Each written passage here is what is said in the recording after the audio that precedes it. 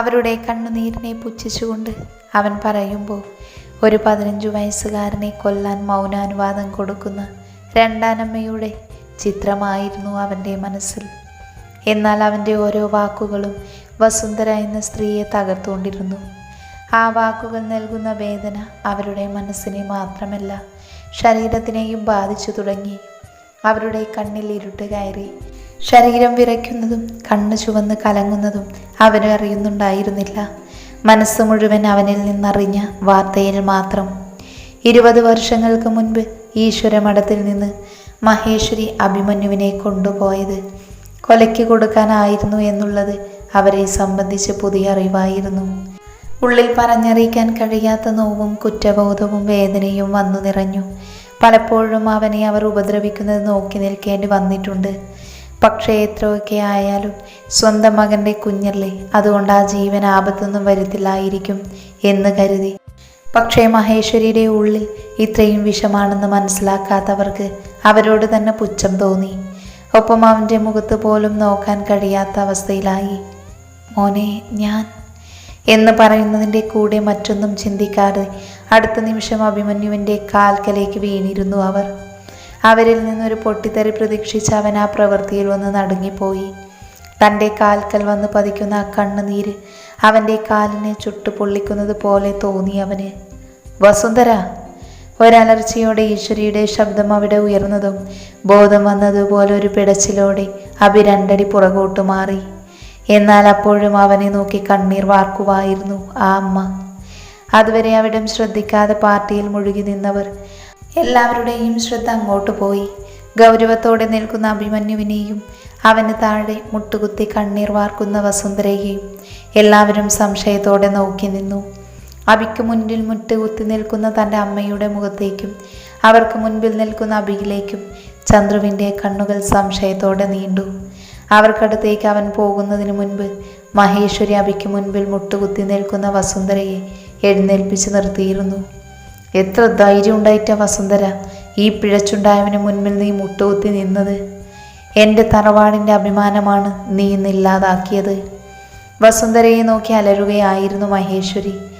എന്നാൽ ഇതേ സമയം അതുവരെ വസുന്ധരാമ്മയുടെ പ്രവൃത്തിയിൽ സ്തംഭിച്ചു നിന്ന അഭിമന്യു ആ വാക്കുകളിൽ കോപം കൊണ്ട് ജ്വലിച്ചു. അവർ പറഞ്ഞ വാക്കുകൾ അവൻ്റെ ചെവിയിൽ അലടിച്ചുകൊണ്ടിരുന്നു. അവൻ്റെ കണ്ണുകൾ ചുവന്നു കലങ്ങി. മുഖത്തെ പേശികൾ എഴുന്നേറ്റു നിന്നു.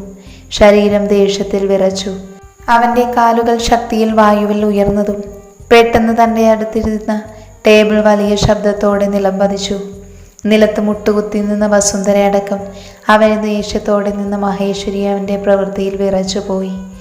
അമ്മയുടെ അടുത്തേക്ക് നടന്നു വന്ന ചന്ദ്രുവിൻ്റെ കണ്ണുകൾ അഭിമന്യുവിൻ്റെ രാക്ഷസ രൂപത്തിൽ കുടുങ്ങിക്കിടന്നു. ഇന്നോളം കേട്ട് മാത്രം പരിചയമുള്ള ആ മോൺസ്റ്ററിനെ അവൻ അത്ഭുതത്തോടെ നോക്കി നിന്നു. എന്നാൽ അപ്പോഴും ദേഷ്യം തീരാതെ തൻ്റെ അരയിൽ തിരികെ ഗണ്ണെടുത്ത മഹേശ്വരിക്ക് നേരെ പാഞ്ഞിരുന്നു അവൻ. എന്നാൽ അതുവരെ അവൻ്റെ പ്രകടനം കണ്ടു നിന്നെല്ലാവരും അവൻ്റെ ഈ പ്രവൃത്തിയിൽ ഭയം കൊണ്ട് വിറയ്ക്കാൻ തുടങ്ങി. തൻ്റെ കയ്യിലുള്ള ഗണ്ണുമായി അച്ചമ്മയ്ക്ക് നേരെ പോകുന്ന അഭിയെ ചന്ദ്രു ഭയത്തോടെ നോക്കി നിന്നു. അവനടുത്തേക്ക് ഓടിച്ചെന്ന് ഗൺ വാങ്ങുന്നതിന് മുൻപ് അഭിയുടെ ഗൺ മഹേശ്വരിയുടെ നെറ്റിയിൽ മുട്ടി നിന്നു. ഒരു നിമിഷം അവൻ്റെ പ്രവൃത്തിയിൽ ഒന്ന് പകച്ചുപോയ മഹേശ്വരി ഭയത്തോടെ അവനെ തല ഉയർത്തി നോക്കി. എന്നാൽ അവരെ നോക്കി ഒന്ന് പുച്ഛിച്ചുകൊണ്ട് അഭി സംസാരിച്ചു തുടങ്ങി. ഈശ്വര മഠത്തിൽ മഹേശ്വരി പേടിക്കേണ്ട, അത്ര പെട്ടെന്ന് ഞാൻ നിങ്ങളെ കൊല്ലില്ല. എൻ്റെ അമ്മയ്ക്ക് നിങ്ങൾ നിഷേധിച്ച എല്ലാ നഷ്ടങ്ങളുടെയും കണക്കും നികത്തിയിട്ടേ നിങ്ങളെ ഞാൻ കൊല്ലൂ. അവരുടെ നെറ്റിയിലേക്ക് ഒന്നുകൂടെ ഗണ്ണ് അമർത്തി വെച്ച് പറയുമ്പോൾ അവരുടെ കണ്ണുകൾ അവനെ വെറുപ്പോടെ നോക്കി. സർ, എന്തെവിടെ നടക്കുന്നത്? അച്ചമ്മയെ വിട്. പെട്ടെന്ന് അവർക്കടുത്തേക്ക് നടന്നു വന്ന് ചന്ദ്രു പറയുമ്പോൾ അവനെ വെറും പുച്ഛത്തോടെയാണ് അഭി നോക്കിയത്. ഈ വിഷയത്തിൽ നീ ഇടപെടേണ്ട ചന്ദ്രശേഖർ. ഇത് ഞാനും ഈശ്വരമഠത്തിൽ മഹേശ്വരിയും തമ്മിലുള്ള പ്രശ്നമാണ്. അതുകൊണ്ട് മാറി നിൽക്ക്. അവസാനത്തേത് അഭിമന്യുവിൻ്റെ അലർച്ചയായിരുന്നു. ദേഷ്യത്തിൽ ചുവന്ന അവൻ്റെ മുഖം ഒന്നുകൂടി വലിഞ്ഞു മുറുകി. കണ്ണുകളിൽ ജ്വലിക്കുന്ന അഗ്നി അവൻ്റെ ഉള്ളിൽ താപത്തെ എടുത്തു കാണിക്കുന്നുണ്ടായിരുന്നു. വെറുപ്പോടെയും പകയോടെയും രാജേശ്വരിയെ നോക്കുന്ന അഭിയെ ഭയത്തോടെ ചന്ദ്രു നോക്കി നിന്നു. അതുകൊണ്ട് തന്നെ അവൻ്റെ അലർച്ചയിൽ അറിയാതെ 2 അടി പിന്നോട്ട് പോയിരുന്നു ചന്ദ്രു. എന്നാൽ അതേസമയം അഭിമന്യുവിനെ നോക്കി തൻ്റെ ദേഷ്യം കടപ്പല്ലിൽ കടിച്ചമർത്തുകയായിരുന്നു മഹേശ്വരി. അവൻ്റെ മുൻപിൽ തോറ്റുപോയ തൻ്റെ ചെറുമകനെ ഓർത്ത് അവർക്ക് ദേഷ്യവും അപമാനവും സഹിക്കാൻ കഴിയാതെയായി. നിന്റെ തോക്ക് കാണിച്ച് മഹേശ്വരിയെ പേടിപ്പിക്കാമെന്ന് കരുതണ്ട. നീയൊക്കെ ജനിക്കുന്നതിന് മുൻപേ ഇത് കണ്ടു ഉപയോഗിച്ചു മടുത്തവളാ ഞാൻ. നിന്നെ പോലെ കുറേ എണ്ണം എനിക്കെതിരെ നിന്നിട്ടുണ്ട്. പക്ഷേ ആർക്കും എൻ്റെ രോമത്തിൽ പോലും തൊടാൻ കഴിഞ്ഞിട്ടില്ല. അവനെ നോക്കി അങ്ങേയറ്റം പുച്ഛത്തോടെ ഈശ്വരി പറയുമ്പോൾ അവനും അവരെ നോക്കി വീറോടെ പറഞ്ഞു, അത് നിങ്ങൾ നല്ല അമ്മയ്ക്ക് ജനിച്ച മക്കളെ കണ്ടിട്ടില്ലാത്തത് കൊണ്ടാ. നിങ്ങളെപ്പോലൊരു വിഷവിസ്തൻ്റെ ഗർഭത്തിൽ ജനിച്ചതല്ല ഞാൻ. എൻ്റെ അമ്മയ്ക്ക് അന്തസ്സുണ്ട്. അതുകൊണ്ടാണ് നട്ടലില്ലാത്ത നിങ്ങളുടെ മകനെ എൻ്റെ അമ്മ ആത്മാഭിമാനത്തോടുകൂടെ ഉപേക്ഷിച്ചത്. പിന്നെ നിങ്ങളെന്തോ പറഞ്ഞല്ലോ, പിഴച്ചുണ്ടായത് എന്ന് അല്ലേ? എൻ്റെ അമ്മയെ താലികെട്ടി ചതിച്ച ചതിയൻ്റെ അമ്മയായ നിങ്ങൾക്ക് എങ്ങനെയാ എൻ്റെ അമ്മയെ പിഴച്ചവളെന്ന് വിളിക്കാൻ ധൈര്യം വന്നു? എൻ്റെ അമ്മ ദുർഗാദേവി ഒരാളുടെ താലിയെ സ്വീകരിച്ചിട്ടുള്ളൂ. ഒരാളെ മാത്രമേ ഭർത്താവായി അംഗീകരിച്ചിട്ടുള്ളൂ. ആ ഒരാളുടെ കൂടെയേ ജീവിച്ചിട്ടുള്ളൂ. പക്ഷേ എൻ്റെ അമ്മയ്ക്ക് പറ്റിയ ഏറ്റവും വലിയ തെറ്റാണ് നിങ്ങളുടെ മകൻ. അന്തസ്സില്ലാത്ത താലികെട്ടിയ പെണ്ണിനെയും അവളുടെ കുഞ്ഞിനെയും സംരക്ഷിക്കാനുള്ള കെൽപ്പില്ലാത്ത നിങ്ങളുടെ മകൻ ഈശ്വരമഠത്തിൽ ശേഖരൻ. ഇന്ന് നിങ്ങൾ വലിയ ആത്മാഭിമാനവും അന്തസ്സും പ്രസംഗിച്ച് നടക്കുന്നുണ്ടെങ്കിൽ അത് എൻ്റെ അമ്മയുടെ ഭിക്ഷയാണ്. നിങ്ങളുടെ മകൻ്റെ 2ാം വിവാഹത്തിൻ്റെ അന്ന് ഈ നിൽക്കുന്ന സുഭദ്ര എൻ്റെ അമ്മയുടെ കാല് പിടിച്ച് ഭിക്ഷയായി വാങ്ങിയതാണ് ഇന്നിവർ അനുഭവിക്കുന്ന ജീവിതം. പക്ഷേ ഇവരുടെ കണ്ണീര് കണ്ട് വിട്ടു നൽകിയതല്ല എൻ്റെ അമ്മ ഇവർക്ക് അയാളെ. എൻ്റെ അമ്മ മനസ്സുകൊണ്ട് വെറുത്തുപേക്ഷിച്ചതാണ്. എന്തുകൊണ്ടാണെന്ന് അറിയുമോ? എൻ്റെ അമ്മയുടെ ഭർത്താവായിരിക്കാൻ നിങ്ങളുടെ മകന് യോഗ്യതയില്ലാത്തതുകൊണ്ട്. ദേഷ്യത്തോടുകൂടി അഭിമന്യു ഇത്രയെല്ലാം പറഞ്ഞു നിർത്തുമ്പോൾ അവിടെ കൂടി നിൽക്കുന്ന ഓരോരുത്തരും അവൻ്റെ വാക്കുകൾ കേട്ട് ഞെട്ടിത്തരിച്ചു നിന്നു. അന്തസ്സോടുകൂടിയ അപമാനത്തോടുകൂടി മഹേശ്വരി വിളമ്പി നടക്കുന്ന അവരുടെ തറവാടിൻ്റെ അന്തസ്സും അഭിമാനവും ആ നിമിഷം ആൾക്കൂട്ടങ്ങൾക്കിടയിൽ ചിന്നിച്ചെതറി. എന്തു മറച്ചു വയ്ക്കാനാണ് അഭിമന്യുവിനെ ഈ ലോകത്ത് നിന്ന് അവർ ഇല്ലാതാക്കാൻ ശ്രമിച്ചത്? അതെല്ലാം പാഴ്ശ്രമങ്ങളായിരിക്കുന്നു. ആൾക്കൂട്ടത്തിനിടയിൽ ഈ വാർദ്ധക്യത്തിൽ പോലും നഗ്നയായി നിൽക്കുന്നത് പോലെ തോന്നിയവർക്ക് അവരുടെ മുഖം അപമാനം കൊണ്ടും ദേഷ്യം കൊണ്ടും വിളറി വെളുത്തു. കലി ഉയർത്തി ചുറ്റുള്ളവരെ നോക്കാൻ പോലും കഴിയാതെ അവർ തല താഴ്ത്തി നിന്നു. ഇതേ നിമിഷം അവൻ്റെ ഓരോ വാക്കുകളും ആണി പോലെ തറച്ചത് ചന്ദ്രുവിൻ്റെയും ലാവണ്യയുടെയും ഹൃദയത്തിലേക്കായിരുന്നു. അഭിമന്യുവിൽ നിന്നറിഞ്ഞ ഓരോ കാര്യങ്ങളും അവർക്ക് പുതിയതായിരുന്നു. അവിശ്വസനീയതയോട് കൂടി ചന്ദ്രൻ തൻ്റെ അമ്മയുടെ മുഖത്തേക്ക് നോക്കിയതും കണ്ണീർ വാർത്ത് തല താഴ്ത്തി നിൽക്കുന്ന വസുന്ധരയുടെ ചിത്രം, അതുമാത്രം മതിയായിരുന്നു അഭിമന്യുവിൻ്റെ വാക്കുകളുടെ സത്യാവസ്ഥ അവന് മനസ്സിലാക്കി കൊടുക്കാൻ. എന്നാൽ ഇതേ സമയം സർവ്വതും തകർന്നവരെ പോലെ ഉത്തരം മുട്ടി നിൽക്കുന്ന ഈശ്വരിയുടെ മുഖത്തേക്ക് അഭിമന്യു നോക്കി നിന്നു. അവരുടെ ഈ തകർച്ച അവനെ അങ്ങേയറ്റം സന്തോഷിപ്പിക്കുന്നതായിരുന്നു. അവൻ്റെ കണ്ണുകൾ തിളങ്ങി. വർഷങ്ങളായി താൻ കാണാൻ കാത്തിരുന്ന കാഴ്ച. ഒരു കൂട്ടം ആളുകൾക്ക് മുൻപിൽ അപമാനിയായി നിൽക്കുന്ന ഈശ്വരി. തകർന്നു നിൽക്കുന്ന അവരുടെ അടുത്തേക്ക് അവൻ ഓരോ ചുവടുകളായി വെച്ചു. എന്നിട്ട് തൻ്റെ പോക്കറ്റിൽ നിന്നും ഒരു മുദ്രപത്രം പുറത്തേക്കെടുത്തു. ഇത് ശ്രദ്ധിച്ചു നോക്ക് രാജേശ്വരി. നിങ്ങളുടെ മകന് മാനസാന്തരം വന്നപ്പോൾ എഴുതി വെച്ച വിൽപത്രമാണ്. അഭിമന്യു ദുർഗാദേവി എന്ന ഞാൻ എൻ്റെ 35-ാം വയസ്സിനുള്ളിൽ വിവാഹം കഴിക്കുകയാണെങ്കിൽ ഈശ്വരമഠവും അതിനോടനുബന്ധിച്ച മുഴുവൻ സ്വത്തുക്കൾക്കും അവകാശി ഞാനും എൻ്റെ ഭാര്യയും ഞങ്ങൾക്ക് ജനിക്കുന്ന കുഞ്ഞുങ്ങളും മാത്രം. അവൻ്റെ വാക്കുകളിൽ ആദ്യമൊന്ന് പതറിയെങ്കിലും അതുവരെ മിണ്ടാതിരുന്ന രാജേശ്വരി അവനെ തല ഉയർത്തി നോക്കി. നിനക്ക് 35 വയസ്സ് പൂർത്തിയായിട്ട് 4 മാസം കഴിഞ്ഞു. അതാ. അവർ പറഞ്ഞു പൂർത്തിയാക്കാനിരിക്കുന്നതിന് മുൻപ് അഭിമന്യുവിൻ്റെ മറുപടി എത്തിയിരുന്നു.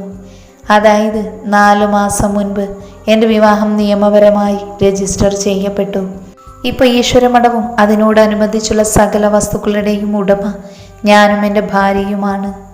ഒരു നിമിഷം ഭൂമി തകർന്ന് താഴേക്ക് പോയിരുന്നെങ്കിൽ എന്ന് ആശിച്ചു പോയി മഹേശ്വരി. ആരിലേക്കാണോ താൻ സ്വത്തുക്കളൊന്നും എത്തിപ്പെടരുത് എന്ന് ആഗ്രഹിച്ചത്, അയാളിൽ തന്നെ തൻ്റെ സകല സ്വത്തുക്കളും വന്നു നിൽക്കുന്നു. മഹേശ്വരിക്ക് നിയന്ത്രിക്കാൻ കഴിയാത്ത ദേഷ്യവും സങ്കടവും വന്നു നിറഞ്ഞു. തൻ്റെ മകൻ ശേഖരൻ്റെയും മരുമകൾ വസുന്ധരയുടെയും ഒരേ ഒരു മകനായ ചന്ദ്രശേഖരൻ എന്ന ചന്ദ്രുവിന് വേണ്ടി അവർ കാത്തുവെച്ചതാണ് ഈ കാണുന്നതെല്ലാം. എന്നാൽ അതെല്ലാം ദുർഗയുടെ മകനിലേക്ക് എത്തിപ്പെടുക എന്ന് പറഞ്ഞ അത് അവരെ കൊണ്ട് ഒരിക്കലും അംഗീകരിക്കാൻ കഴിയുന്ന ഒന്നല്ല. അവരുടെ മുഖം ദേഷ്യം കൊണ്ട് വലിഞ്ഞു മുറുകിയിരിക്കുമ്പോഴും പകയോടെ അവർ അഭിമന്യുവിൻ്റെ മുഖത്തേക്ക് നോക്കി. എന്നാൽ അവരെ നോക്കി പുച്ഛിച്ചുകൊണ്ട് അഭിമന്യു സംസാരിച്ചു തുടങ്ങി. നിങ്ങൾ കുറച്ച് നിമിഷങ്ങൾക്ക് മുൻപ് പിഴച്ചവൻ എന്ന മുദ്ര കൊത്തിയ ഞാനാണ് ഇനിയുള്ള കാലം മുഴുവൻ ഈശ്വരമഠത്തിൻ്റെ ആധിപത്യൻ. അവരുടെ കണ്ണുകളിലേക്ക് നോക്കി ഉറപ്പോടുകൂടി അത് പറയുമ്പോൾ അവൻ്റെ കണ്ണുകളിൽ വിജയിയുടെ തിളക്കമുണ്ടായിരുന്നു. എന്നാൽ അവൻ്റെ വാക്കുകൾ അവരുടെ ഉള്ളിലുള്ള പകയുടെയും വെറുപ്പിൻ്റെയും കനലുകൾ ഊതി കത്തിക്കുകയാണ് ചെയ്തത്. അവരുടെ മുഖത്തേക്കൊന്ന് നോക്കിയതിനു ശേഷം തൻ്റെ കയ്യിലുള്ള മുദ്രപത്രം അവൻ ഉയർത്തിപ്പിടിച്ചു. ഇന്ന് അഭിമന്യു ദുർഗാദേവിയുടെ സ്വത്തിൻ്റെ 10 തികച്ചില്ല. നിങ്ങളുടെ ഈശ്വരമഠവും സ്വത്തുക്കളും എന്നെ സംബന്ധിച്ചിതൊന്നും സ്വത്തുക്കളുമല്ല. പക്ഷേ എനിക്കിത് വേണം. കാരണം എൻ്റെ അമ്മയെ അപമാനിച്ച് ഇറക്കിവിട്ട ഈശ്വരമഠം എനിക്ക് വേണം. അവരെ നോക്കി ഗൗരവത്തോടെ അത് പറഞ്ഞതിനു ശേഷം അബി അവിടെ നിന്ന് ഇറങ്ങിപ്പോയി. എന്നാൽ ഇപ്പോൾ അബി പൊട്ടിച്ച വലിയ ബോംബിൻ്റെ ഷോക്കിൽ നിന്ന് ആരും മുക്തരായിരുന്നില്ല. ഇന്ന് വല്ലാത്ത സന്തോഷം തോന്നിയ അബിക്ക് വെള്ളറി വെളുത്ത് തൻ്റെ മുൻപിൽ മുട്ടുകുത്തി നിന്ന മഹേശ്വരിയുടെ ചിത്രം അത് ഓർക്കും തോറും അവൻ്റെ കണ്ണുകൾ തിളങ്ങി. അവൻ്റെ ആ സന്തോഷം ആഘോഷിക്കാൻ എന്നതുപോലെ മഴ തിമർത്തു പെയ്യുന്നുണ്ട്. ആ തലച്ചു പെയ്യുന്ന മഴയെ നോക്കി അവൻ കാറ് മുന്നോട്ടെടുത്തു. വർഷങ്ങൾക്ക് മുൻപ് ആൾക്കൂട്ടത്തിനിടയിലും മറ്റുള്ളവരുടെ മുന്നിലും അപമാനിക്കപ്പെട്ട തല താഴ്ത്തി നിന്ന് തൻ്റെ അമ്മയ്ക്ക് പകരം നിന്നവർ. ആ കാഴ്ച ഓർക്കുമ്പോൾ തന്നെ മനസ്സിന് വല്ലാത്ത സന്തോഷം തോന്നി അബിക്ക്. വീട്ടിൽ വന്ന് കാർ നിർത്തിയതിലേക്ക് പേമാരി വകവയ്ക്കാതെ നനഞ്ഞുകൊണ്ട് അവനകത്തേക്ക് കയറി. അവൻ്റെ കാലൊരിരുമ്പലോടെ വീടിന് മുറ്റത്ത് നിന്ന് വന്നു നിന്നതും കിഷോർ വേഗം മുറിക്ക് പുറത്തേക്ക് വന്നു. എന്നാൽ അവൻ ഹാളിലെത്തുന്നതിന് മുൻപ് അബി തൻ്റെ മുറിയിലേക്ക് പോയിരുന്നു. പിന്നെ അവനെ ശല്യം ചെയ്യാതെ കിഷോറും താഴേക്ക് പോയി. സംഗീതോപകരണങ്ങൾ അടുക്കി വെച്ചിരിക്കുന്ന അവൻ്റെ അമ്മയുടെ സാധനങ്ങൾ സൂക്ഷിച്ചിരിക്കുന്ന ആ മുറിയിലേക്ക് അബി കയറി ചെന്നു. ആ മുറിയിൽ വെച്ചിരിക്കുന്ന നൃത്തം ചെയ്യുന്ന തൻ്റെ അമ്മയുടെ ചിത്രത്തിലേക്ക് അവൻ നോക്കി നിന്നു. എൻ്റെ അമ്മയ്ക്ക് നിഷേധിച്ചതെല്ലാം ഈ മകൻ സ്വന്തമാക്കും. ആ ഫോട്ടോയിലേക്ക് നോക്കി ആത്മവിശ്വാസത്തോടെ അത് പറയുമ്പോൾ ആ കണ്ണുകൾ ചുവന്ന് കലങ്ങിയിരുന്നു. പക്ഷെ അവൻ താഴേക്ക് ഒഴുക്കിയില്ല. അങ്ങനെ പോലും തൻ്റെ ബലഹീനത ആരും അറിയരുതെന്ന് അവന് നിർബന്ധമുണ്ടായിരുന്നു. ഹാളിലിട്ടിരിക്കുന്ന വലിയ സോഫയിൽ സർവ്വം തകർന്നവളെ പോലെ രാജേശ്വരി ഇരിക്കുന്നുണ്ട്. അവർക്കടുത്ത് ഗോവിന്ദനും ഇരിക്കുന്നുണ്ട്. ആളും ആരവും ഒഴിഞ്ഞ് ആ തറവാട് ശാന്തമായി. എന്നാൽ അത് താൽക്കാലികം മാത്രമായിരുന്നു. അശാന്തത ഇല്ലാതാക്കിക്കൊണ്ട് വലിയ ശബ്ദത്തോടു കൂടിയൊരു വലിയ ഫ്ലവർ വേസ് ആ അകത്തളത്തിൽ വീണുടഞ്ഞു. അതുവരെ തല താഴ്ത്തി നിന്ന മഹേശ്വരി ആ ശബ്ദത്തിൽ അസ്വസ്ഥതയോടെ തല ഉയർത്തി നോക്കി. ദേഷ്യത്തിൽ അവർക്ക് മുൻപിൽ നിൽക്കുന്ന ചന്ദ്രുവിനെ അവർ സംശയത്തോടെ നോക്കി. അവൻ്റെ കണ്ണുകൾ ചുവന്ന് കലങ്ങിയിട്ടുണ്ട്. വലിഞ്ഞു മുറുകി നിൽക്കുന്ന അവൻ്റെ ഭാവത്തിൽ നിന്ന് തന്നെ അങ്ങേയറ്റം ദേഷ്യത്തിലാണ് ചന്ദ്രു എന്ന് മനസ്സിലാക്കിയിരുന്നു അവർ. എന്നാൽ ദേഷ്യത്തോടെ ചന്ദ്രു അവർക്കടുത്തേക്ക് നടന്നു. എന്നാൽ അപ്പോഴേക്കും ചന്ദ്രുവിൻ്റെ കൈകളിൽ പിടിച്ച് തന്നോട് ചേർത്തിരുന്നു സഞ്ജു. എടാ വിടടാ എന്നെ, എനിക്കിന്നെല്ലാം അറിയണം. ഞാൻ അറിയാതെ എന്തൊക്കെയാണ് ഇവിടെ നടക്കുന്നത്. അലറിക്കൊണ്ട് തന്നെ കയ്യിൽ കിട്ടിയ പഴയ ഗ്രാമഫോൺ എടുത്ത് നിലത്തേക്ക് ശക്തിയിൽ വലിച്ചെറിഞ്ഞിരുന്നു അവൻ. ചന്ദ്രു! അവിടെ മുഴങ്ങിയ ശബ്ദത്തിൽ അവൻ്റെ ശ്രദ്ധ പടികളിൽ നിൽക്കുന്ന അമ്മയിലേക്ക് പോയി. നിന്റെ സംശയങ്ങൾക്കെല്ലാമുള്ള ഉത്തരം ഞാൻ തരാം. ഇനിയും നീറി കഴിയാൻ എനിക്ക് വയ്യ. അത് പറഞ്ഞുകൊണ്ട് പടികൾ ഇറങ്ങി വരുന്ന വസുന്ധരയെ കണ്ടതും ഈശ്വരിയിൽ കൂടെ ഒരു വിറയിൽ കടന്നുപോയി. വസുന്ധരേ!